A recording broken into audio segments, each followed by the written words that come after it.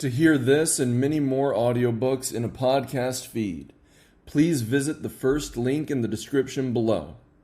Thank you for your support.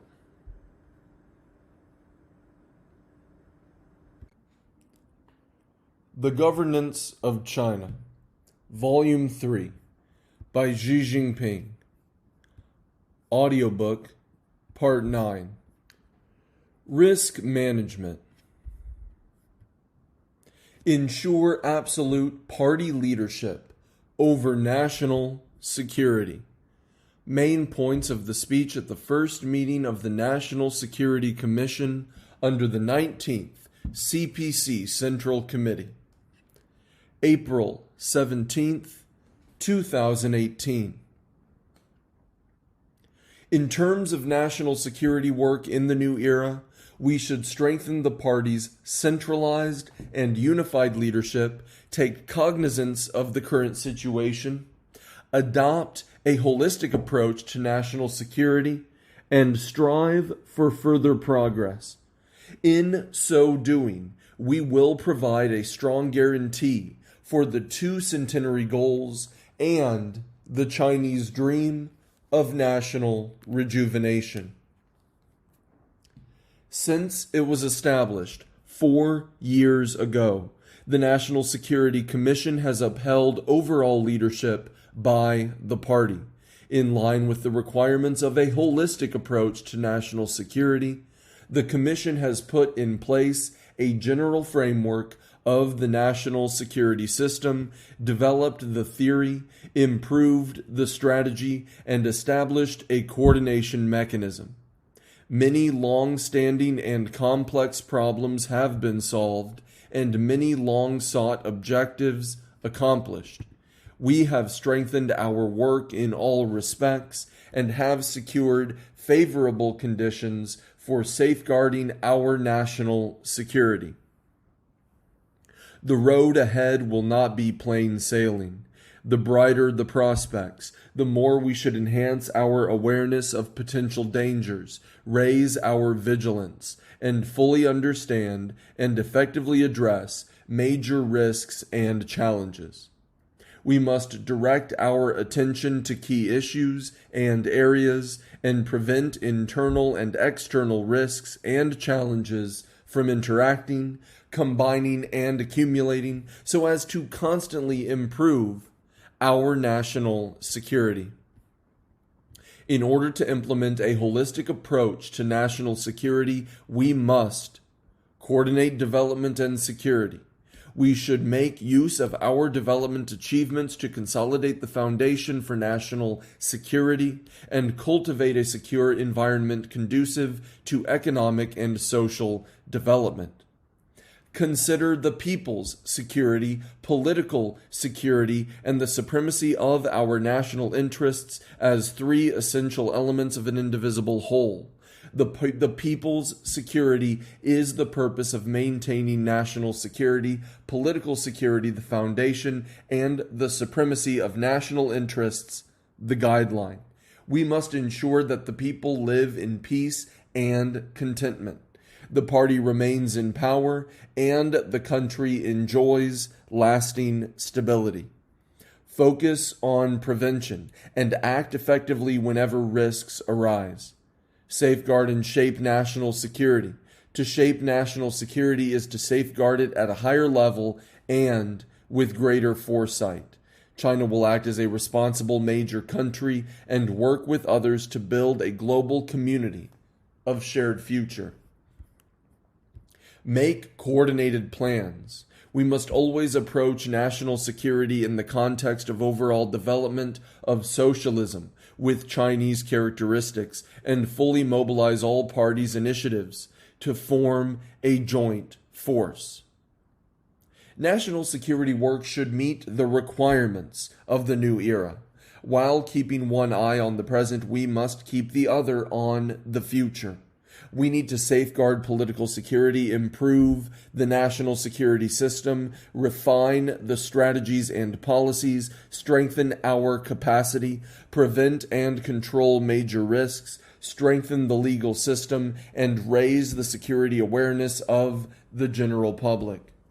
We must uphold the party's absolute leadership over national security work and implement more effective command and coordination. The National Security Commission should play well its role of coordination, making sure that the national security principles and policies are implemented, improving the working mechanism, making great effort to improve its strategic capacity for understanding the overall situation and for planning future development. The Commission must also continue to enhance its capability of managing risks and meeting challenges. We must also strengthen the party and its work among national security departments and guide the officials at all levels to enhance the four consciousnesses and the four-sphere confidence, and to resolutely uphold the authority of the Central Committee and its centralized, unified leadership so that we can build a loyal and reliable national security force. Be alert to risks. Main points of the speech at the opening ceremony of a study session on worst-case scenario thinking to prevent and resolve major risks, which was attended by principal officials at the provincial and ministerial level. January 21st, 2019. We should follow the thought on socialism with Chinese characteristics for a new era and fully implement the decisions of the 19th CPC National Congress and the second and third plenary sessions of the 19th CPC Central Committee. This requires a full and accurate understanding of the profound changes in the external environment, as well as the new circumstances, problems, and challenges facing China in reform, development, and stability. It is imperative to stay alert to potential risks and enhance our capacity for risk prevention and control. We must focus on preventing and resolving major risks to ensure sustained and sound economic development and social stability so as to secure success in building a moderately prosperous society in all respects, advancing socialism with Chinese characteristics for a new era, and achieving the Chinese dream of national rejuvenation. At present, China is generally in good shape. We have seen the leadership of the CPC Central Committee is strong and effective. We have seen an enhanced awareness among party members of the four consciousnesses, the four-sphere confidence, and the two upholds. The political landscape is healthy and positive. Our economy is making steady progress. All our people are united and in high spirit, and social stability prevails throughout the country.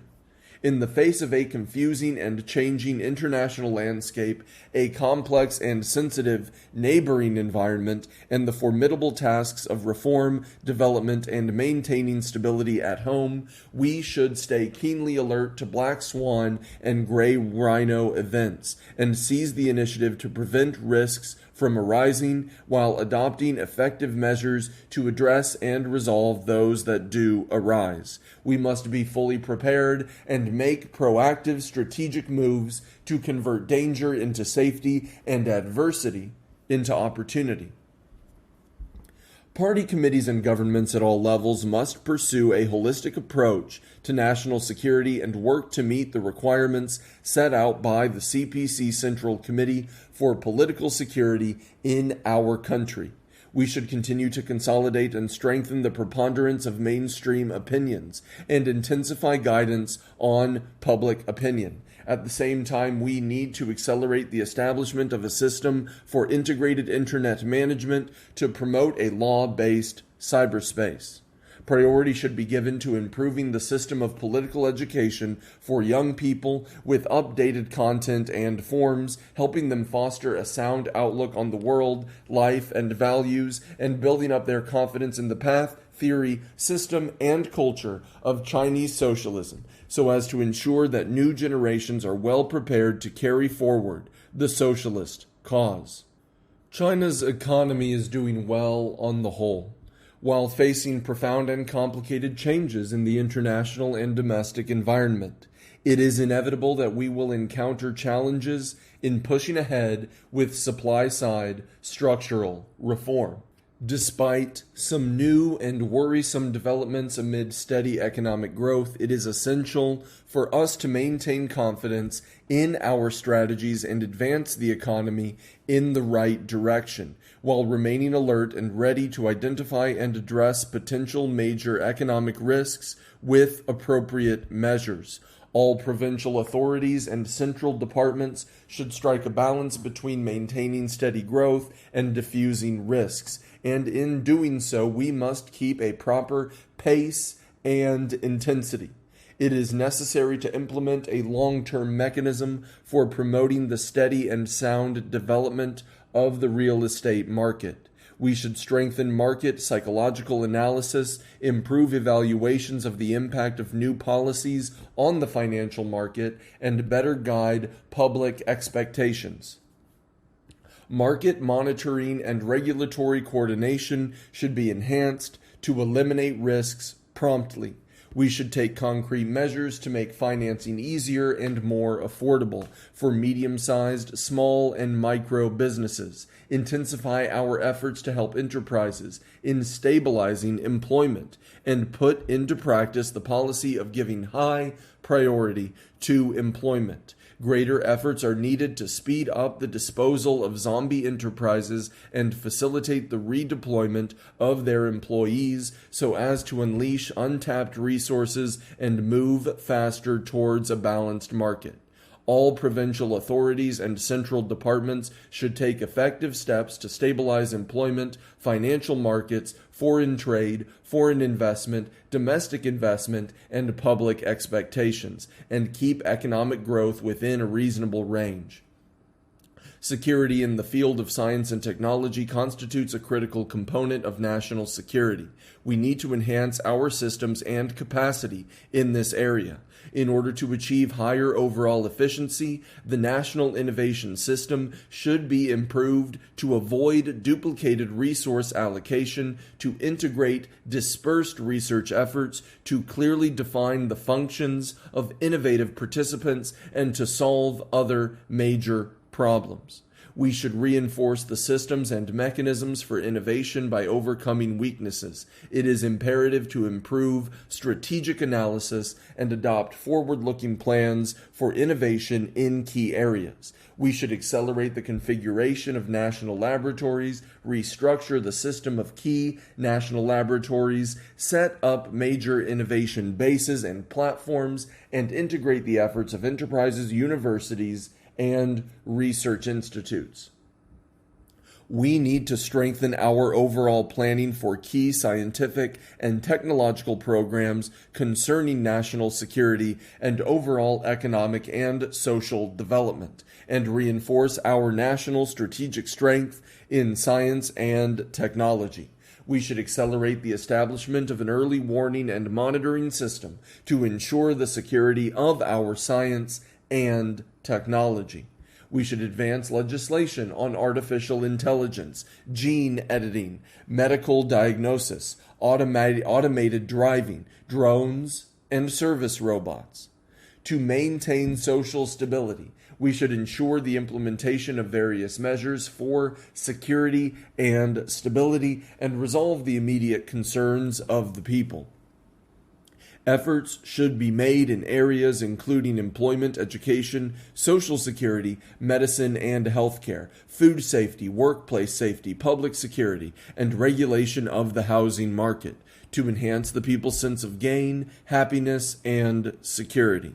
Strong and swift action should be taken to both protect the people's rights and strike hard at illegal and criminal activities. We must coordinate actions to prevent and combat crime with measures to resolve risks and maintain stability when dealing with economic cases involving large numbers of victims. We should take timely action to seize stolen property, control offenders, return the property to its owners, and provide necessary education and counseling to prevent criminal offenses. It is imperative to continue the fight against organized crime and local tyrants and keep a close watch on their sources of finance, support networks, and protectors.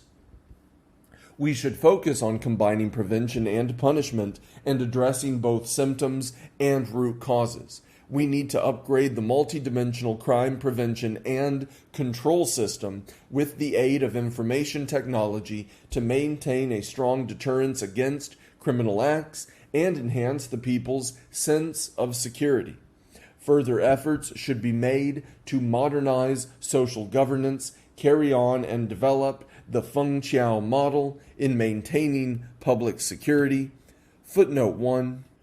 In the early 1960s, the officials and citizenry of Feng Chiao town in Zhejiang province created the Feng Chiao practice, which emphasized solving problems in situ rather than passing them up to higher authorities. The practice has developed over the intervening decades and is now a model for promoting community-level governance and social harmony.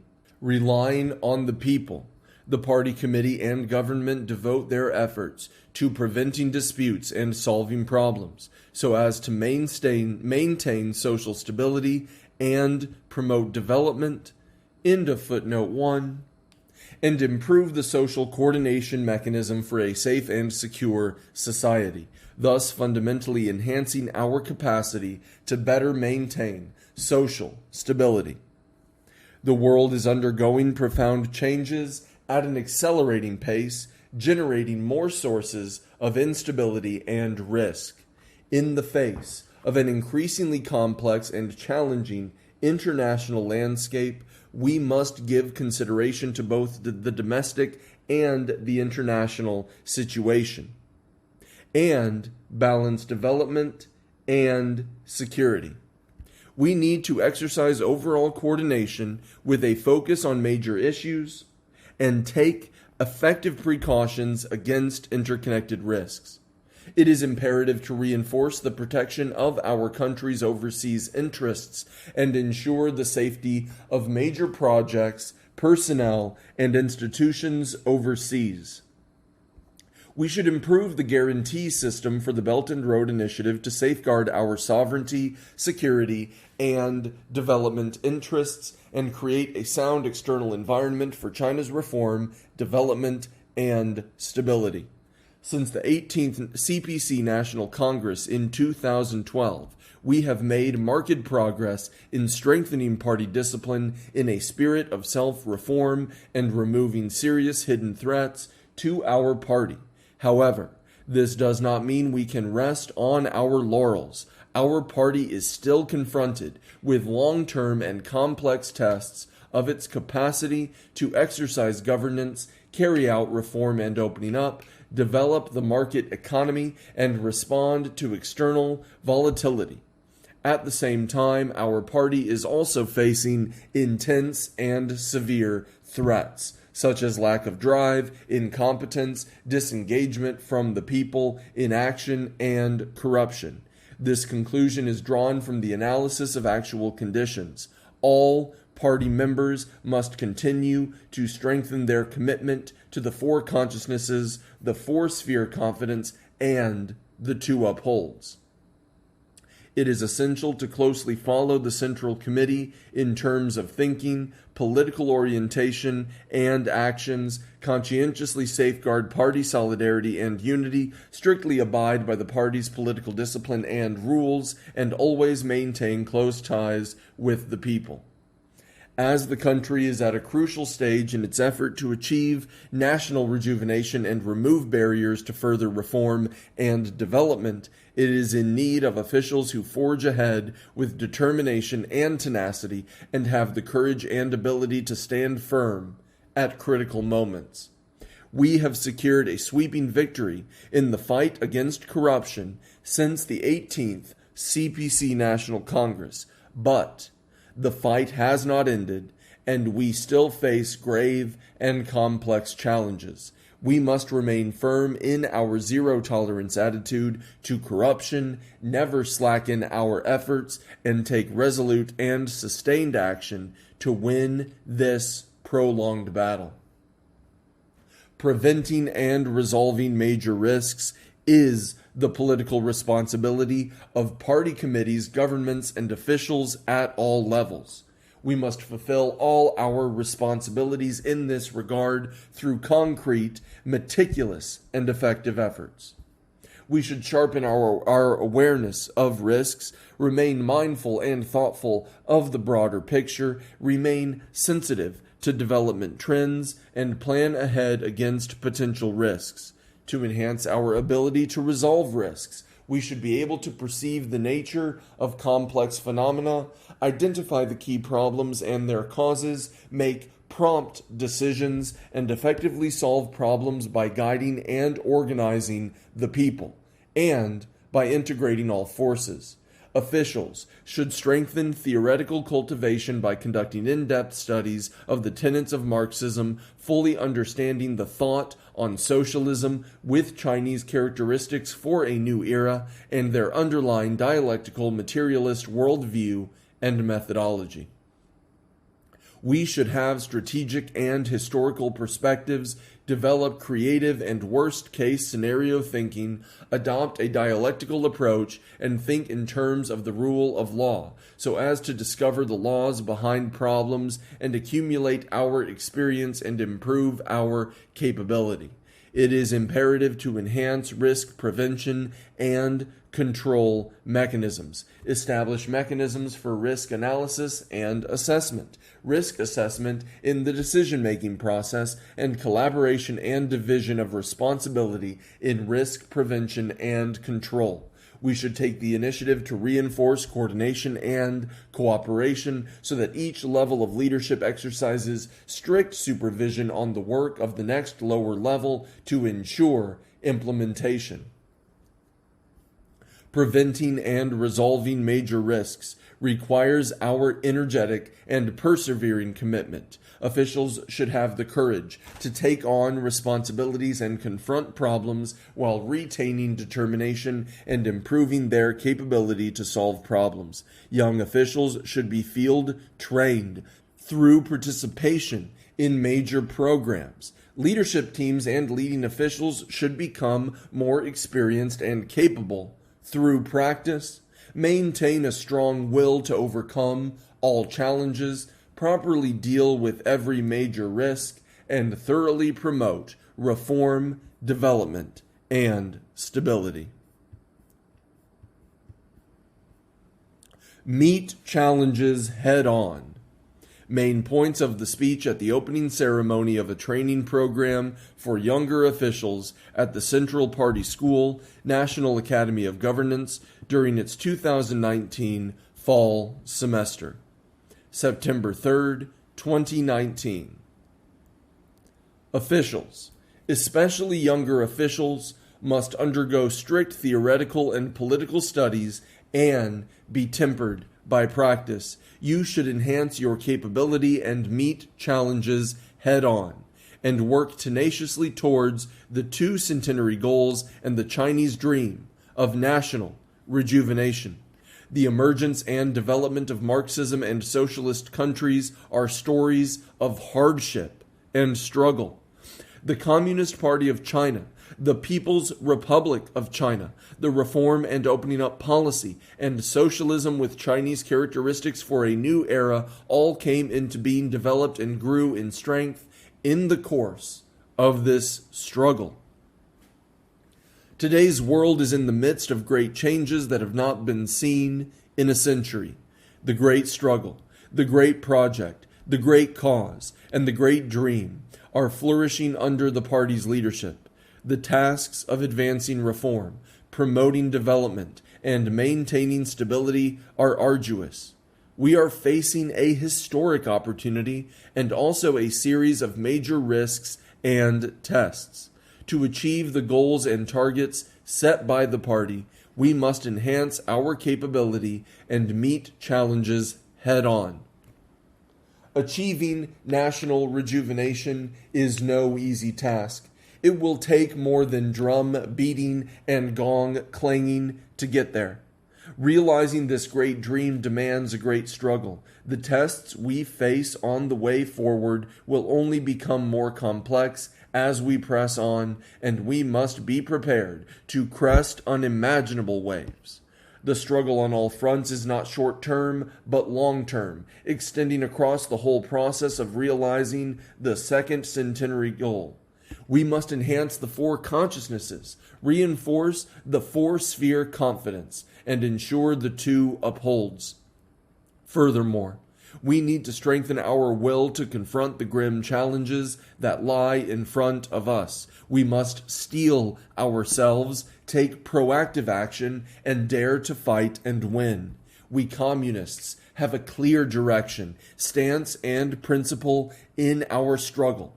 The general direction is to uphold CPC leadership and the socialist system.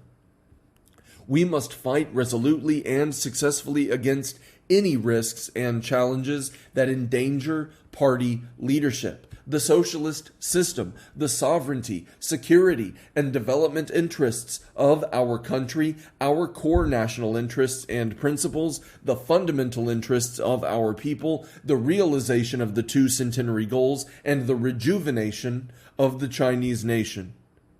We should be clear-headed, take a firm stance, and stay on the right course in major struggles. In the face of any major test, we should be unperturbed by the cloud that obscures our vision.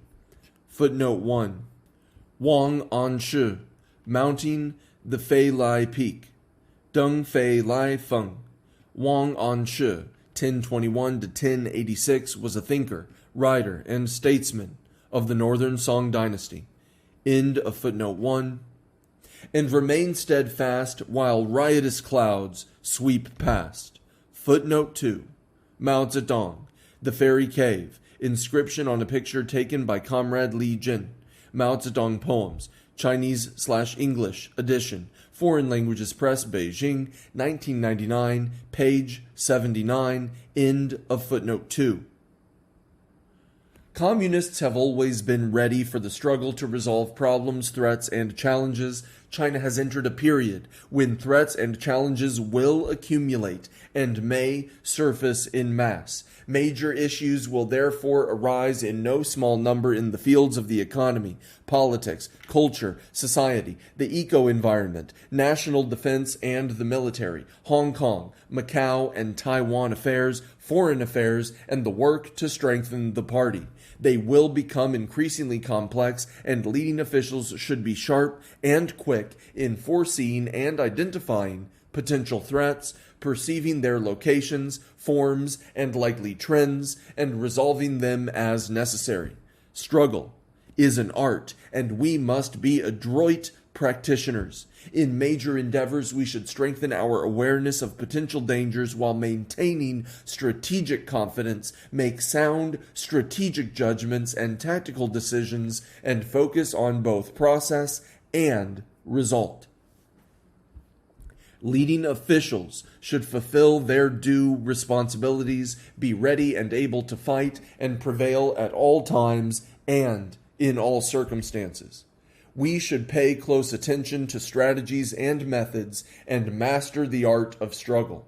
We should focus on major problems and key aspects of these problems, and always fight for just reasons, to our advantage and with restraint. We should choose the right methods for addressing problems, take measured approaches, stick to our principles, and be flexible on strategies. We should adjust these as the situation demands, and apply them in a timely manner, to the proper extent, and for the best results. Moreover, we should unite all forces available, mobilize all favorable factors, and strive for unity, cooperation, and mutual benefit in our endeavors. Fighting spirit and capacity are not innate. Leading officials must undergo strict theoretical and political studies and put them into practice. We must brave storms, broaden our horizons, and strengthen our muscles and bones to withstand complex and severe challenges. We must grasp and apply new theories of the party, master the Marxist stance, viewpoint, and methodology, and thereby prepare our minds for courageous and successful struggle. Only when we are cognizant of the theories can we be politically firm and have the courage and strength to fight. We must hone ourselves in major efforts of struggle. The more serious and complicated the situation is, and the more difficulties and problems there are, the better we can exercise our courage, sharpen our will, and develop our capacity. Leading officials should actively engage themselves in the struggle, take an unequivocal stance in major matters of principle, tackle problems and conflicts head-on, step up in the face of crisis, and resolutely fight against misconducts. Society progresses in the movement of opposites, and where there are opposites, there will be conflicts, no matter what posts they hold. Leading officials should have the courage to shoulder responsibilities and overcome difficulties, and have the ability to be both commanders and fighters, cultivating and maintaining a strong fighting spirit and greater capacity to fight and win. The problems we encounter in our work are diverse, covering reform, development, social stability, national defense, domestic and foreign affairs, and governance of the party, the country, and the military. We must be brave and able to confront such problems on all fronts, including strengthening party self-governance, upholding the guiding position of Marxism in the ideological field, furthering reform in an all-round way, pushing forward supply-side structural reform, promoting high-quality development, eliminating hidden dangers in the financial sector, ensuring and improving people's well-being, eradicating poverty, protecting the eco-environment, dealing with serious natural disasters, advancing law-based governance, handling group incidents, combating organized crime and local tyrants, and safeguarding national security. All leading officials must become bold and capable fighters. End of audiobook, Part 9.